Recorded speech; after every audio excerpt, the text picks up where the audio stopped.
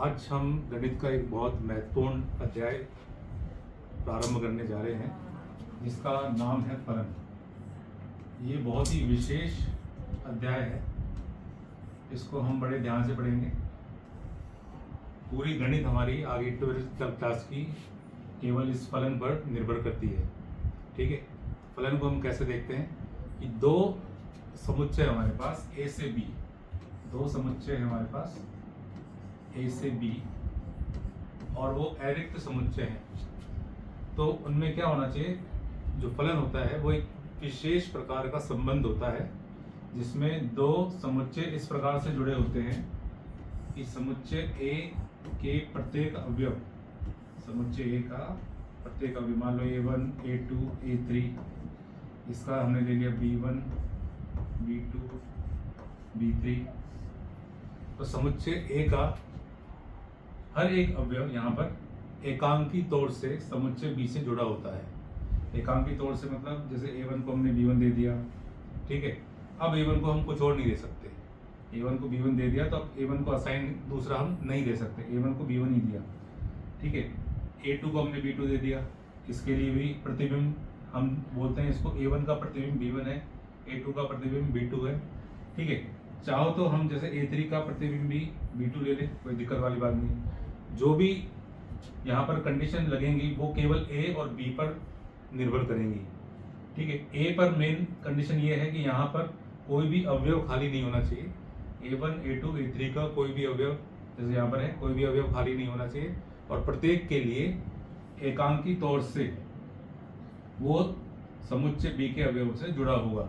जैसे A1 की image B1 है, इमेज मतलब प्रतिबिंब, A1 का प्रतिबिंब B1 है, A2 का भी B2 है, A3 का भी B2 है।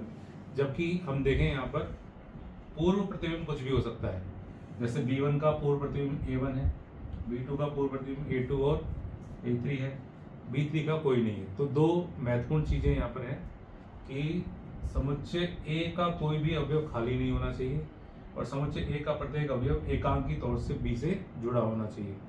आगे हम इसको बोलते हैं कि जो A हमारा है, ठीक है, वो हमारा प्रांत है। तो समुच्चय A जो आएगा हमारा, समुच्चय A वो हमारा प्रांत कहलाएगा। इसको आगे विस्तृत रूप में और आगे देखेंगे। तो A में कौन कौन से अवयव हैं, A1 A2 A3, A1 A2 A3, ठीक है। इसी प्रकार यहाँ पर जो समुच्चय B है इसको हम बोलते हैं सहप्रांत। समुच्चय B को हम क्या बोलते हैं, सहप्रांत। तो सहप्रांत में हमारे पास अवयव कौन कौन से हो जाएंगे, B1 B2 और B3, तीन है हमारे पास, B1 B2 और B3, ठीक है। अच्छा, एक चीज और होती है इसमें, परिसर। परिसर क्या होता है, परिसर क्या होता है, सहप्रांत के वो अवयव, सहप्रांत के वो अवयव जो प्रांत से जुड़े होते हैं, सहप्रांत के वो अवयव जो प्रांत से जुड़े होते हैं।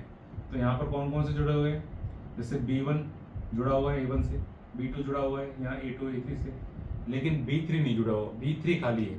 तो परिसर में सहप्रांत के वो आएंगे, समुच्चय वो अवयव आएंगे जो कि A से जुड़े हैं। तो परिसर में हमारे पास कौन कौन से अवयव आ जाएंगे, B1 और B2, ये दो हमारे पास,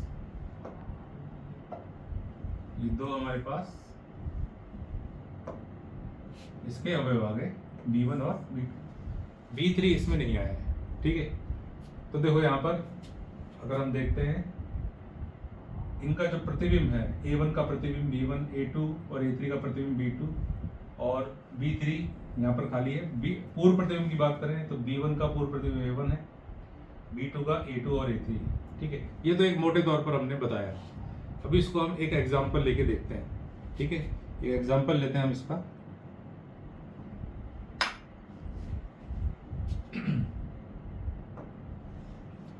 एग्जाम्पल लेते हैं शहर से राज्य का संबंध। शहर से राज्य का संबंध,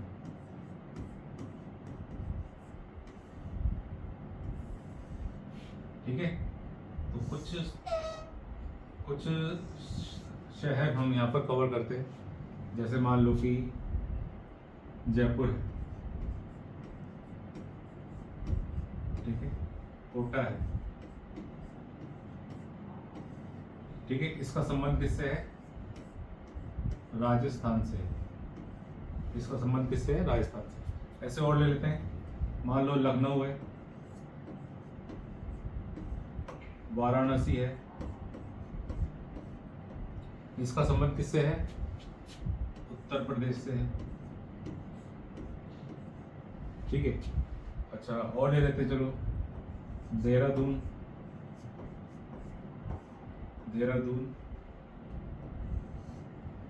ठीक है, नैनीताल, इनका संबंध है उत्तराखंड से, ठीक है। एक मैं और ले लेता हूँ यहाँ पर, एक मध्य प्रदेश और ले लिया मैंने, खाली मध्य प्रदेश, ठीक है। तो देखो यहाँ पर जयपुर का संबंध किससे है? राजस्थान से। कोटा का संबंध किससे है? राजस्थान से, ठीक है। लखनऊ का संबंध उत्तर प्रदेश से, वाराणसी का संबंध उत्तर प्रदेश से, ठीक है। देहरादून का संबंध उत्तराखंड से, नैनीताल का उत्तराखंड से, मध्य प्रदेश खाली है। ये सभी पहले हमने समझाया था। उसी तरह से देखो यहाँ पर कि शहर से राज्य में जो प्रतिबिंब जा रहा है, शहर से राज्य में जो प्रतिबिंब जा रहा है वो एक ही जा रहा है, ठीक है। जैसे जयपुर से एक एरो जा रहा है, एक तीर का निशान जा रहा है, एक प्रतिबिंब जा रहा है राजस्थान पर। कोटा से भी एक जा रहा है राजस्थान पर। यानी कि शहर के जितने भी शहर हमारे पास, उनके लिए प्रतिबिंब की बात करें तो वो एक ही आ रही है, ठीक है। और कोई भी यहाँ पर कोई भी शहर खाली नहीं है, मतलब हर किसी का संबंध किसी राज्य से हो रखा है, ठीक है। तो यहाँ पर देखेंगे, हालांकि यहाँ पर मध्य प्रदेश खाली है, ठीक है, उसका पूर्व प्रतिबिंब नहीं है, तो कोई दिक्कत वाली बात नहीं है। हमने जिस फलन में बताया था कि वो फलन वह विशेष संबंध है, तो विशेष संबंध जिसमें एकांकी तौर से जुड़ा हो और यहाँ पर कोई भी खाली नहीं हो, ठीक है। तो अगर हम देखें यहाँ पर, तो जो शहर आ रहा है हमारे पास, ये जितने भी आ रहे हैं शहर, वो हमारे पास प्रांत में आ जाएंगे, और जो राज्य आ रहे हैं वो सह प्रांत में आ जाएंगे, ठीक है। और इसमें जो परिसर बनेगा हमारे पास, परिसर में कौन कौन से आ जाएंगे? राजस्थान, उत्तर प्रदेश और उत्तराखंड। परिसर में मध्य प्रदेश नहीं आएगा, ठीक है, परिसर में मध्य प्रदेश नहीं आएगा। तो जो परिसर होता है, परिसर जो होता है हमेशा उपसमुच्चय होगा या ज्यादा ज्यादा उसके बराबर होगा, किसके? सह प्रांत के।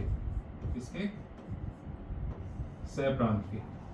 ज्यादा से ज्यादा इसके बराबर हो सकता है। जैसे मान लो मध्य प्रदेश, यहाँ मैं भोपाल लिख देता तो भोपाल का संबंध मध्य प्रदेश हो जाता, तो अब परिसर में भी सारे राज्य आ गए और सह प्रांत में भी सारे राज्य आएंगे, ठीक है, तब बराबर हो सकता है, ये बराबर का साइन है। वरना परिसर हमेशा उपसमुच्चय होगा सह प्रांत का, ठीक है। तो हम तीन चीजें देख रहे हैं, ये प्रांत में आ गए, ये पूरा का पूरा सह प्रांत में आ गया, और जो कनेक्टेड जो जुड़े हुए हैं वो परिसर में आ गए, ठीक है। अच्छा, अब इसको ग्राफीय विधि से कैसे देखते हैं, ठीक है। ग्राफीय विधि से ग्राफीय विधि से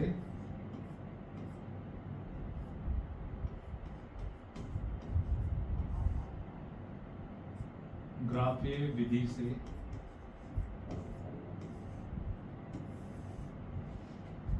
विधि से हम फलन को देख रहे हैं। तो ग्राफीय विधि से कब देखते हैं? जैसे देखो, मान लो ये कोई वक्र है, ठीक है, इसमें ये x अक्ष पर जा रहा है, ये y अक्ष पर जा रहा है। तो ग्राफीय विधि से चेक करने के लिए क्या होता है कि अगर हम यहाँ पर y अक्ष के समांतर रेखा खींचें और केवल एक ही प्रतिच्छेदी बिंदु प्राप्त हो, केवल एक ही प्रतिच्छेदी बिंदु प्राप्त हो, तो वो हमारे पास क्या होता है? उस कंडीशन में तो वो फलन है। अगर एक से ज्यादा आ जाएंगे तो वो फलन नहीं होगा। जैसे मान लो इस पर्टिकुलर x1 के लिए ये x1 है यहाँ पर, इसके लिए ये y1 है, ये एक आ गया।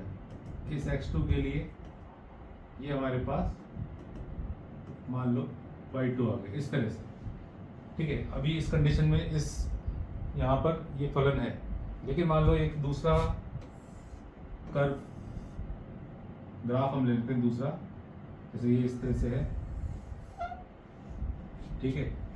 अब इसमें क्या करेंगे, अगर हम y अक्ष के समांतर रेखा खींचेंगे, y अक्ष के समांतर रेखा खींचेंगे, ठीक है, तो अब क्या होगा, इस x1 के लिए, इस x1 के लिए y की दो वैल्यू आ जाएगी, इस x1 के लिए y की दो वैल्यू आ गई, दो मान आ गए, x1 के लिए y के दो मान आ गए ये। तो अब क्या हुआ, एक तरह से हम देखें तो x1 के लिए दो प्रतिबिंब आ गए, तो दो प्रतिबिंब संभव नहीं है, इसलिए ये फलन नहीं होगा, ये फलन नहीं होगा, ठीक है। लेकिन संबंध तो अभी भी है, संबंध तो अभी भी है, ठीक है। तो फलन नहीं होगा, फलन क्यों नहीं होगा, क्योंकि इस x1 के लिए यहाँ पर दो प्रतिबिंब चले गए। क्लियर है यहाँ तक बात, समझ में आ रहा है सबको, ठीक है। तो ये ग्राफिक विधि से, जैसे चलो एक एग्जांपल और लेते हैं, मान लो ये इस तरह से कर्व है, अब ये बताना है हमको कि ये फलन है या नहीं है, ठीक है। तो क्या करेंगे, सबसे पहले y अक्ष के समांतर रेखा खींचेंगे, y अक्ष के समांतर रेखा खींचने पर, y अक्ष के समांतर रेखा खींचने पर केवल एक ही प्रतिच्छेदी बिंदु प्राप्त हो रहा है, तो यहाँ कोई दिक्कत वाली बात नहीं है, ठीक है। अच्छा और देखो, मान लो ये इस तरह से आता,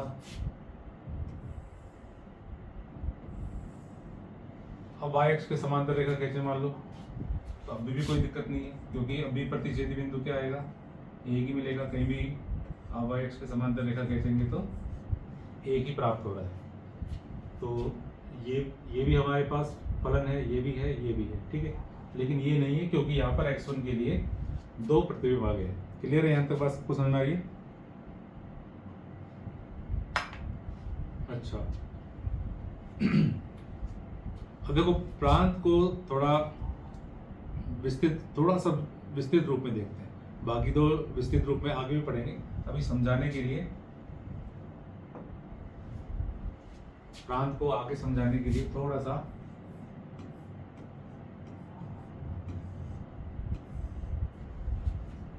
कोशिश करते हैं हम। जैसे मान लो फंक्शन, फलन इंग्लिश में फंक्शन बोलते हैं, तो मान लो फलन हमारे पास एफ एक्स है, रूट एक्स, एक्स का वर्गमूल, ठीक है, एक्स का वर्गमूल। तो इसमें क्या होगा, एक्स के वो मान, प्रांत क्या चीज है, एक्स के वो मान जिसके लिए फलन विद्यमान होता है, एक्स के वो मान जिसके लिए फलन विद्यमान होता है। तो क्या यहाँ पर कोई ऋणात्मक संख्या आ सकती है, कोई नेगेटिव नंबर ऋणात्मक संख्या आ सकती है, नहीं आ सकती है, ठीक है।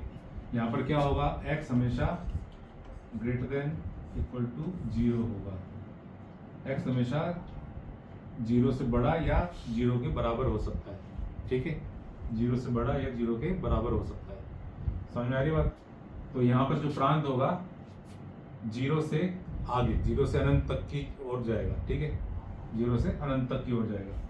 अच्छा अब इसका बताओ, चलो अगर मान लो 1/x है, 1/x है, ठीक है। अब इसका प्रांत क्या आएगा, अब इसमें प्रांत क्या होगा कि x की जो वैल्यू है, यहाँ पर x की वैल्यू क्या नहीं हो सकती, 0 नहीं हो सकती, क्योंकि 0 होने पर क्या बना देगा, ये अनंत बना देगा, जो कि संभव नहीं है। बाकी सारे नंबर आ सकते हैं, ठीक है।